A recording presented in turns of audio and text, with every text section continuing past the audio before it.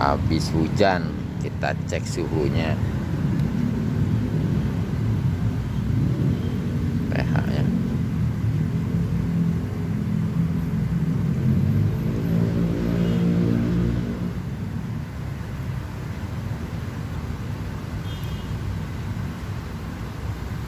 Lalu turun kasih kapur. Jadi dokter dulu kita nih, meriksa ini.